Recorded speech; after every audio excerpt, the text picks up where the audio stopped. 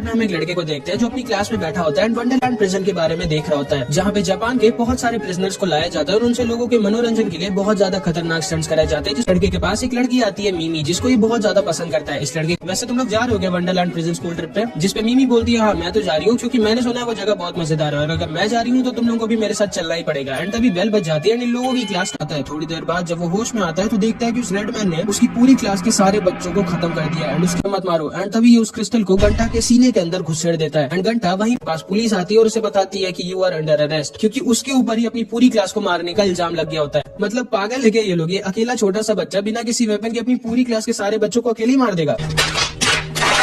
लेकिन पूरे जापान में भी ये न्यूज फैल जाती है कि एक 14 साल के बच्चे ने अपनी पूरी क्लास को मार दिया। घंटा समझ नहीं पा रहा होता कि ये सब क्यों हो रहा है उसके साथ एंड बहुत सारे ऑफिसर्स उसको कोर्ट लेके जा रहे होते हैं। तभी रास्ते में उसको एक आदमी मिलता है जिसका नाम प्रमोटर होता है एंड ये घंटा से कहता है कि तुम चिंता मत करो, मैं तुम्हारा वकील हूँ और मैं तुम्हें बचा लूंगा। जिसको सुन के घंटा बहुत ज्यादा खुश हो जाता है, लेकिन कोर्ट रूम में वो उसको धोखा दे देता है एंड घंटा को ही उल्टा फंसा देता है एंड कोर्ट घंटा को ही दोषी ठहरा देती है और उसे वंडरलैंड प्रिजन में मौत की सजा सुना देती है। घंटा अपना आपा खो देता है और पागलों की तरह चिल्ला चिल्ला कर बताने लगता है कि मैंने ऐसा नहीं किया है, तुम सब पागल हो क्या। एंड तभी वहाँ पे कुछ ऑफिसर्स है जिसका नाम माकिना होता है एंड वो घंटा से कहती है कि मुझे यकीन नहीं होता कि तुम इतना घटिया काम कैसे कर सकते हो, तुम्हें खुद पर शर्म आनी चाहिए। एंड घंटा चुपचाप ये सब सुन रहा होता है करना एंड वो उस लड़के के सीने को अपनी तलवार से काट देती है। घंटा समझ नहीं पाता है कि ये क्या हुआ। माकिना पलट के सबसे कहती है तुम सबका स्वागत है वंडरलैंड प्रिजन। माना ये सब क्रिमिनल्स है लेकिन तुम सब तो इंसान हो। घंटा सोचता है कि अगर उसके साथ ये सब अभी ना हुआ होता तो वो मीमी के साथ बैठकर अभी ये सब देख रहा है। घंटा के साथ रहती है और उसे कई बार बचाती है एंड वो दोनों ही फाइनल राउंड में पहुंच जाते हैं एंड टोका भी अपने साथियों को ऐसा शील्ड यूज करके फाइनल राउंड में पहुंच जाता है। फाइनल राउंड में इन तीनों का एक बॉल दिखाई जाती है एंड जिसके पास भी ये बॉल लास्ट में रहेगी वो जीत जाएगा 1 लाख कैश पॉइंट्स। एंड ये गेम तब तक चलेगा जब तक बाकी के 2 लोग खत्म नहीं हो जाते एंड जो स्टेज है उसके ब्लॉक एक एक करके नीचे गिरते रहेंगे एंड नीचे नुकीले कांटे होते हैं, मतलब जो भी नीचे गिरा वो गया। घंटा किसी तरह उस बॉल को पकड़ लेता है एंड टोका पूरी जान लगा के घंटा का पीछा कर रहा होता है एंड लास्ट में वो दोनों एक ब्लॉक में ही खड़े होते हैं। टोका घंटा से कहता है कि चुपचाप मुझे वो बॉल दे दो, तुम्हें डर नहीं लगता है क्या मुझसे। एंड घंटा उससे कहता है ले तेरे को बॉल चाहिए ना, ये ले। एंड वो उसके मुंह पर वो बॉल जोर से मार देता है और वो बॉल उड़ के सीधा शीरो के पास चली जाती है। घंटा टोका से कहता है मैं वैसे ही मरने वाला हूँ, मैं क्यों डरूंगा तुझसे। लेकिन तभी शीरो और टोका दोनों के ही नीचे का ब्लॉक गिरने वाला होता है। टोका भाग के बचने की कोशिश करता है लेकिन वो फिसल जाता है और नीचे गिरकर खत्म हो जाता है। और इधर हम देखते हैं कि शीरो किसी तरह ब्लॉक को पकड़ी होती है और वो बहुत ज्यादा इंजर्ड हो चुकी होती है। घंटा उसे बचाने आता है और रियलाइज करता है कि शीरो तो कभी इस गेम को जीतना चाहती ही नहीं थी, वो स्टार्टिंग से ही बस घंटा की मदद करना चाहती थी। एंड तभी शीरो ने जिस ब्लॉक को पकड़ा होता है वो भी गिर जाता है एंड उसके साथ साथ शीरो भी नीचे गिरने वाली होती है, लेकिन वो उस बॉल को घंटा की तरफ फेंक देती है और उससे कहती है कैच। लेकिन घंटा पागल थोड़ी होता है, वो एक बॉल के लिए इतनी सुंदर लड़की को थोड़ी छोड़ेगा एंड वो बॉल की जगह शीरो को पकड़ लेता है और वो बॉल नीचे गिरकर फूट जाती है। एंड अब क्योंकि बॉल ही फट गई है तो वो कंपटीशन रद्द हो जाता है और कोई भी 1 लाख कैश पॉइंट्स नहीं जीतता। लेकिन घंटा शीरो को देखकर बहुत ज्यादा खुश होता है कि चलो वो तो सेफ है। अगले दिन घंटा का लास्ट डे होता है एंड वो अकेले अपने जेल में बैठा होता है और बहुत ज्यादा डरा हुआ होता है। घंटा को एक कैंडी दे देता है और उससे कहता है कि मेरी वजह से तुम्हारी कैंडी खोई थी तो ये लो, मेरी तरफ से तुम्हारे लिए एक गिफ्ट। इधर हम देखते हैं घंटा और यो साथ में बैठकर आइसक्रीम खा रहे होते हैं एंड घंटा को उसके दोस्तों की याद आ रही होती नहीं होता कि रेडमैन यहाँ क्या कर रहा है। रेडमैन नीचे आता है और मजे मजे में लोगों को मारने लगता है। यो भी रेडमैन को देखकर शॉक्ड रह जाता है कि इस आदमी के पास सुपर पावर कैसे है। लेकिन तभी रेडमैन के एक अटैक से यो इंजर्ड हो जाता है और दूर जाकर गिर जाता है एंड यो की हालत को देखकर घंटा पागल हो जाता है और उसको फिर से वही सब पुराने सीन्स याद आने लगते हैं जब रेडमैन ने उसके दोस्तों को मारा था एंड फिर से उसके अंदर से वही मैजिकल एनर्जी निकलती है एंड घंटा अपनी पूरी मैजिकल पावर का यूज करके रेडमैन के ऊपर एक ब्लड बुलेट अटैक कर देता है जिससे रेडमैन वहीं पर रुक जाता है। प्रमोटर भी ये सब देख रहा होता है और उसको उसकी आंखों पर यकीन नहीं होता कि घंटा ने अपने अटैक से आके रेडमैन को हिला भी कैसे दिया, क्योंकि मैं बता दूं रेडमैन एकदम गॉड लेवल स्ट्रॉन्ग है। घंटा उसकी तरफ गुस्से में भागता है लेकिन रास्ते में वो बेहोश हो जाता है। रेडमैन उसे दूर से देखकर स्माइल करता है और वहाँ से फिर चला जाता है। यो समझ नहीं पा रहा होता कि आखिर घंटा ने मैजिकल अटैक यूज कैसे किया और इधर प्रमोटर खुशी के मारे पागल हो चुका है क्योंकि उसे पता था घंटा स्ट्रॉन्ग है, लेकिन इतना स्ट्रॉन्ग है ये उसे नहीं पता था। अगले सीन शीरो के बगल में कुछ सोल्जर्स भी बैठे होते हैं एंड उनमें से एक कहता है कि मैंने सुना था जिसने आज हम लोगों पर अटैक किया था वो रेडमैन था एंड कहा जाता है कि वो वंडरलैंड प्रिजन के जी ब्लॉक में कैद है। एंड ये चीज सुनते ही घंटा उठता है और जी ब्लॉक की तरफ भागने लगता है और शीरो भी उसके पीछे पीछे भाग रही होती है। इधर हम देखते हैं कि माकिना ने भी देखा था कि घंटा ने कुछ मैजिकल पावर का यूज किया था एंड वो सबसे कहती है घंटा बहुत ही ज्यादा डेंजरस है एंड हमें तुरंत ही उसे एग्जीक्यूट करना होगा एंड वो एक किलर मशीन को घंटा को मारने के लिए भेज देती है। इधर हम देखते हैं घंटा और शीरो को रास्ते में यो मिलता है एंड घंटा उसे बताता है कि जिस रेडमैन ने आज हम लोगों पर सुबह सुबह अटैक किया था उसी ने मेरे सारे दोस्तों को मारा था एंड वो यहीं पे कहीं जी ब्लॉक में है। यो कहता है लेकिन वंडरलैंड प्रिजन में तो कहीं जी ब्लॉक सीन आ जाती है घंटा को खत्म करने के लिए। घंटा शीरो से कहता है कि प्लीज अभी मेरे पे गुस्सा मत करो वरना आप जिंदगी में मेरे पे गुस्सा नहीं कर पाओगी। एंड शीरो उसकी बात को मान जाती है और सामने लगी जाली पर एक जोर की किक मार के उसे तोड़ देती है। एंड तभी वो रोबोट उनकी तरफ एक मिसाइल लॉन्च कर देता है, लेकिन घंटा, यो और शीरो किसी तरह वहाँ से बच के निकल जाते हैं। फिर वो तीनों अंडरग्राउंड के रास्ते किसी तरह जी ब्लॉक के सामने पहुंच जाते हैं, जिसके बारे में पूरी दुनिया को कुछ नहीं पता होता सिवाय कुछ लोगों के। माकिना बहुत ज्यादा गुस्सा हो जाती है क्योंकि वो तीनों उसके चंगुल से भाग गए होते हैं एंड वो लोग अब किसी रीजन की वजह से उन तीनों को ही ट्रैक नहीं कर पा रहे होते हैं। घंटा अपने सामने जी ब्लॉक का गेट देख रहा होता है, लेकिन तभी अचानक से एक दूसरा रोबोट उन लोगों के सामने आ जाता है, उन लोगों पर मिसाइल से अटैक कर देता है। एंड ये जो रोबोट होता है ये पहले वाले से भी ज्यादा स्ट्रांग होता है। वो रोबोट घंटा की थी जिसने इतने बड़े रोबोट को एक किक में उड़ा के फेंक दिया। शीरो गुस्से में घंटा से कहती है, तुमने ये भी कहा था कि रेडमैन ने तुम्हारे सारे दोस्तों को मार दिया था, मैं तो अभी जिंदा हूँ, मैं तुम्हारी दोस्त नहीं हो गया। यो समझ जाता है कि लड़की है तो बहुत स्ट्रांग लेकिन दिमाग की थोड़ी सी कम है। घंटा चला होता है, लेकिन तभी अचानक से उस रोबोट का सर बीच से कट जाता है एंड बगल में एक बहुत बड़ा ब्लास्ट होता है जिसमें से एक हंसता हुआ आदमी बाहर निकलता है, जिसके पास रेडमैन और घंटा जैसी ही ब्लड मैनिपुलेशन पावर होती है। घंटा को लगता है कि यही रेडमैन है एंड वो उस आदमी की तरफ गुस्से से भागता है, लेकिन ये आदमी बहुत स्ट्रांग होता है एंड रास्ते में ही अपने मैजिकल अटैक से घंटा को बहुत ज्यादा इंजर्ड कर देता है। एंड वो घंटा से कहता है कि तुम तो वुड पैकर हो ना एंड हमारी फाइट तो कल है शायद। घंटा को कुछ भी समझ में नहीं आता तो वो एक लोहे की रॉड को उठाकर क्रो की तरफ भागने लगता है, लेकिन क्रो रास्ते में अपना मैजिक यूज करके उसकी आयरन रॉड को स्लाइसेस में काट देता है और घंटा नीचे गिर जाता है। वो समझ जाता है कि वो उसको नहीं हरा सकता। क्रो उसके पास आके कहता है, मुझे ये तो पता था तुम वीक हो, लेकिन इतने वीक हो ये मुझे नहीं पता था, तुम तो अपनी पावर तक यूज नहीं कर पा रहे हो। एंड ये कह के वो वहाँ से जाने लगता है। घंटा समझ जाता है कि वो अपनी पावर को बिना यूज किए इसको नहीं हरा सकता। घंटा अपनी पूरी जान लगा देता है एंड वो पहली बार अपने आप अपनी पावर को कंट्रोल कर पा रहा होता है। वो क्रो के ऊपर भी एक ब्लड बुलेट अटैक कर देता है। क्रो से अपनी पावर से रोकने की कोशिश करता है, लेकिन वो बुलेट बहुत ज्यादा स्ट्रांग होती है एंड वो उसके ब्लड एक्स को तोड़ के उसके सीने पे जाके लग जाती है, जिससे क्रो के चेस्ट पे थोड़ी सी इंजरी हो जाती है। क्रो कहता है, बहुत अच्छे, तो तुम हो थोड़े बहुत स्ट्रांग, अब मुझे समझ में आया कि तुमने अपनी पूरी क्लास को अकेले कैसे मारा था। जिसे सुन के घंटा कंफ्यूज हो जाता है और वो समझ जाता है कि अबे ये तो है ही नहीं रेडमैन, में फालतू लड़ रहा हूँ इससे। घंटा कहता है कि अगर तुम रेडमैन नहीं हो तो तुम फिर ये पावर कैसे यूज कर पा रहे हो। जिसपे ये इससे कहता है कि तुम्हें सच में लगा था कि पूरी दुनिया में सिर्फ तुम और रेडमैन ही अकेले डेडमैन हो। डेडमैन मतलब जो ये ब्लड मैनिपुलेशन की पावर यूज कर सकते हैं, जैसे रेडमैन और घंटा। क्रो घंटा को बताता है कि ये जो तुम पीछे जी ब्लॉक देख रहे हो ना, इसमें मेरे तुम्हारे जैसे बहुत सारे डेडमैन हैं, जिनको हर दिन आपस में लड़ाई कराई जाती है कुछ दुनिया के बहुत ही ज्यादा रिच और पावरफुल लोगों के एंटरटेनमेंट के लिए। एंड कल मेरी और तुम्हारी फाइट होनी है, यानी क्रो और वुडपेकर की। घंटा का कोड नेम वुडपेकर होता है। उसके बाद क्रो कहता है कि अच्छा हुआ तुम आ गए, मेरे से कल की फाइट का इंतजार नहीं हो रहा था। एंड ये कह के वो घंटा को मारने के लिए उसकी तरफ आगे बढ़ने लगता है एंड घंटा बहुत ज्यादा डर जाता है, लेकिन तभी शीरो से फिर से बचा लेती है एंड वो उसके ऊपर आके बैठ जाती है। क्रो डर जाता है कि कौन सा अटैक यूज कर रही है लड़की एंड वो अपना कपड़ा उतार के शीरो को दे देता है कि ये लो, इसे पहन लो। लेकिन शीरो अभी भी उसपे बहुत ज्यादा गुस्सा होती है घंटा पर अटैक करने के लिए एंड घंटा समझ जाता है कि क्रो दिल का इतना भी बुरा इंसान नहीं है। लेकिन तभी पीछे से कुछ शूटर चुपचाप घंटा और क्रो को बेहोशी वाला इंजेक्शन मार देते हैं एंड ये दोनों वहीं पर बेहोश हो जाते हैं। घंटा शीरो को बचाने की कोशिश करती है, लेकिन उसे भी सोल्जर्स पकड़ लेते हैं एंड शीरो और यो को वापस ले जाके उनके ब्लॉक में छोड़ देते हैं। इसके बाद हम देखते हैं कि घंटा अब जब होश में आता है तो वो पूरी तरह से बंधा होता है एंड उसके सामने खड़ा होता है प्रमोटर। एंड क्रो डॉक्टर मी के पास होती है, जिसे वो बताती है कि घंटा के अटैक से तुम्हारे फ्रंट रिब एकदम डैमेज हो गई है एंड इसीलिए मेरे हिसाब से अब तुम्हें कल की फाइट को नहीं लड़ना चाहिए। लेकिन क्रो उसको गुस्से में पकड़ लेता है और उससे कहता है, ध्यान से सुनो, अगर मैं जिंदा हूँ तो इसका मतलब है कि मैं कल की फाइट लड़ूंगा, अपना मुंह बंद रखो और अपने काम से मतलब रखो। इधर हम देखते हैं प्रमोटर पहले तो घंटा को थोड़ा टॉर्चर करता है, उसके बाद वो कार्निवल फेस्टिवल के बारे में उसको दिखाता है, जिसे पूरी दुनिया के बहुत ज्यादा रिच और पावरफुल लोग देखने आते हैं, जहाँ पर सारे के सारे डेडमैन आपस में लड़ते हैं, जो कि बहुत ही ज्यादा हॉरिफाइंग होता है। घंटा सोच रहा होता है कि आखिर ये सारे लोग इंसान हैं भी कि नहीं। क्रो इधर अपनी इंजरी के साथ ट्रेनिंग कर रहा होता है और अपनी कल की फाइट के लिए तैयार हो रहा होता है। घंटा यहाँ पे टॉर्चर हो रहा होता है। पूरी रात बीत जाती है एंड शीरो घंटा के लिए रात भर रोती है क्योंकि उसको समझ नहीं आ रहा था कि वो घंटा की हेल्प कैसे करे। अगले दिन हम देखते हैं घंटा और क्रो एक दूसरे के आमने सामने खड़े होते हैं। दुनिया के बहुत ही ज्यादा रिच और पावरफुल लोग इस फाइट को ऑनलाइन देखने आए होते हैं एंड प्रमोटर भी अपने कमरे में बैठ के इन दोनों की फाइट को देख रहा होता है। इन दोनों की फाइट स्टार्ट हो जाती है एंड क्रो बहुत ही ज्यादा एक्साइटेड होता है अपनी फाइट के लिए। घंटा भाग के तुरंत ही बगल के पेड़ के ऊपर चढ़ जाता है एंड अपनी मैजिक पावर का यूज करके क्रो को ब्लड बुलेट से मारने लगता है, लेकिन उसकी ब्लड बुलेट्स बहुत ही ज्यादा वीक और स्लो होती हैं, इसीलिए क्रो को कुछ भी फर्क नहीं पड़ रहा होता। और थोड़ी देर बाद क्योंकि घंटा बहुत ज्यादा ब्लड बुलेट्स का यूज कर लेता है तो उसके अंदर खुद खून की कमी हो जाती है एंड वो बेहोश होने लगता है। तभी क्रो अपने अटैक से उस पेड़ को जिसपे घंटा खड़ा होता है उसे काट देता है और घंटा नीचे आकर गिर जाता है। प्रमोटर और सारे ही लोगों को इस फाइट को देखकर बहुत ज्यादा मजा आ रही होती है एंड फिर क्रो घंटा को बहुत ज्यादा इंजर्ड कर देता है, इतना कि उससे हिला भी नहीं जा रहा होता। वो दर्द के मारे तड़प रहा होता है और सोच रहा होता है कि आखिर मैंने ऐसा क्या किया है जो मुझे ये सब झेलना पड़ रहा है। वो सोच रहा होता है कि मे भी शायद उसे अब गिव अप कर देना चाहिए और अपनी मौत को एक्सेप्ट कर लेना चाहिए। इधर हम देखते हैं शीरो यो को अपने और घंटा के बचपन के बारे में बता रही होती है कि कैसे घंटा बचपन में बहुत ज्यादा वीक था एंड शीरो से हमेशा आसानी से लड़ाई में हरा दिया करती थी। क्रो को लगता है कि वो जीत गया है एंड वो वहाँ से जाने लगता है। यो शीरो से कहता है कि मुझे भी ये लगता है कि घंटा अपनी फाइट में जीत नहीं पाएगा क्योंकि वो इतना भी स्ट्रांग नहीं है, जिसपे शीरो कहती है नहीं, घंटा है तो बहुत वीक लेकिन उसके अंदर एक ऐसी चीज है जो उसे बहुत ज्यादा स्पेशल बनाती है, और वो ये है कि वो कभी भी हार नहीं मानता एंड वो चाहे जितना भी इंजर्ड हो जाए वो फिर से खड़ा जरूर होगा। एंड वैसा ही होता है, घंटा दोबारा से अपने पैरों पर खड़ा हो जाता है और कहता है अभी हमारी लड़ाई खत्म नहीं हुई है क्रो भी उसकी बात को सुन के बहुत एक्साइटेड हो जाता है और कहता है आ जाओ फिर। घंटा को दोबारा से अपने मरे हुए दोस्तों की और अपने बदले की याद आने लगती है। वो अपनी पूरी जान लगा के एक ब्लड बुलेट को हवा में मार देता है, जिससे ऊपर लगा स्पीकर टूट जाता है एंड क्रो के ऊपर गिर जाता है। क्रो स्पीकर को तो काट देता है लेकिन तभी अचानक से घंटा एकदम उसके पास पहुंच जाता है एंड जहाँ पे उसने कल रात में क्रो को इंजर्ड किया था वो वहीं पे एक दूसरी ब्लड बुलेट मार देता है एंड क्रो दूर जाकर गिर जाता है। और क्योंकि क्रो पहले से ही बहुत ज्यादा इंजर्ड था इसीलिए घंटा के अटैक को वो सह नहीं पाता और उस मैच को वो हार जाता है। ऑडियंस को यकीन नहीं होता कि क्रो जो आज तक एक भी मैच नहीं हारा था वो एक बच्चे से हार गया जिसका आज पहला मैच था। इधर हम देखते हैं एक आदमी यो को आके बता रहा होता है कि जैसी लड़की तुम ढूंढ रहे थे वो हमें मिल चुकी है एंड वो जी ब्लॉक में ही कैद है एंड उसको जी ब्लॉक के अंदर जाने का एक दूसरा रास्ता भी पता है, जिसको सुन के यो बहुत ज्यादा खुश हो जाता है और वो शीरो से कहता है तैयार हो जाओ हम फिर से जी ब्लॉक में जा रहे हैं। इधर हम देखते हैं क्योंकि घंटा जीत गया होता है तो उसको 10,000 कैश पॉइंट्स का एक चेक मिलता है और एक कैंडी भी मिलती है एंड वापस जाते वक्त क्रो से खुद कॉन्ग्रेचुलेट करता है और उसकी तारीफ भी करता है। ये दोनों वहीं पर काफी अच्छे दोस्त बन जाते हैं। घंटा अपने कमरे में होता है और कैंडी को खा लेता है जिससे उसे 3 दिन और मिल जाते हैं एंड वो थोड़ा बहुत खुश भी होता है। लेकिन तभी अचानक से टीवी पर एक ब्रॉडकास्ट होता है जिसमें जो लूजर होता है उसको पनिश किया जाना था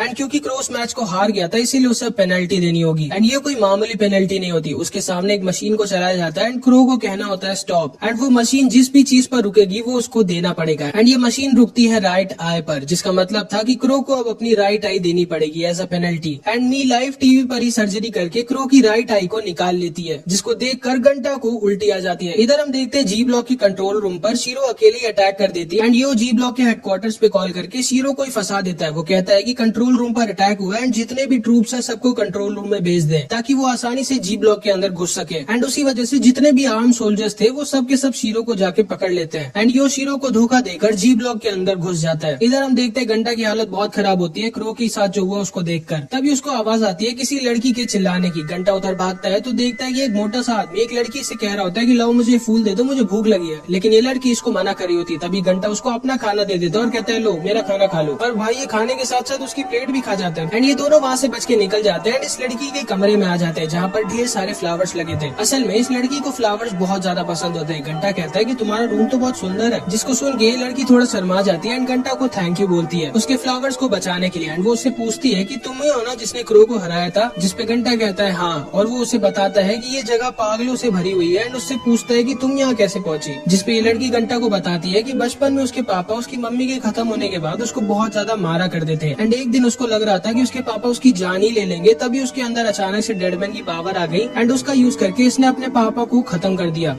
एंड वो तब से अभी तक इस जेल में एंड वो उससे कहती है कि मैं बस यहाँ से बाहर जाना चाहती हूँ और अपने भाई से मिलना चाहती हूँ। एंड पता है इसका भाई कौन है? यो। एंड यो इसी को ढूंढने के लिए जी ब्लॉक में घुसा है एंड इसी की फ्रीडम के लिए यो इतने सालों से कैश पॉइंट्स जमा कर रहा होता है। घंटा उसे कहता है चलो हम लोग यहाँ से भागने की कोशिश करते हैं एंड वो टाकामी को लेकर वहाँ से भागने लगता है, लेकिन जी ब्लॉक में हर तरफ बहुत सारे गार्ड्स होते हैं इसीलिए वो दोनों क्या वहाँ से कोई भी नहीं भाग सकता एंड वो लोग फेल हो जाते हैं। अगले दिन घंटा की दूसरी फाइट होती है एंड घंटा को पता चलता है कि उसके अपोनेंट कोई और नहीं बल्कि टाकामी ही होती है एंड इसके बाद जो हुआ वो बहुत ही ज्यादा शॉकिंग था, जो कि हम अगले पार्ट में देखेंगे, जो कि मैं तुरंत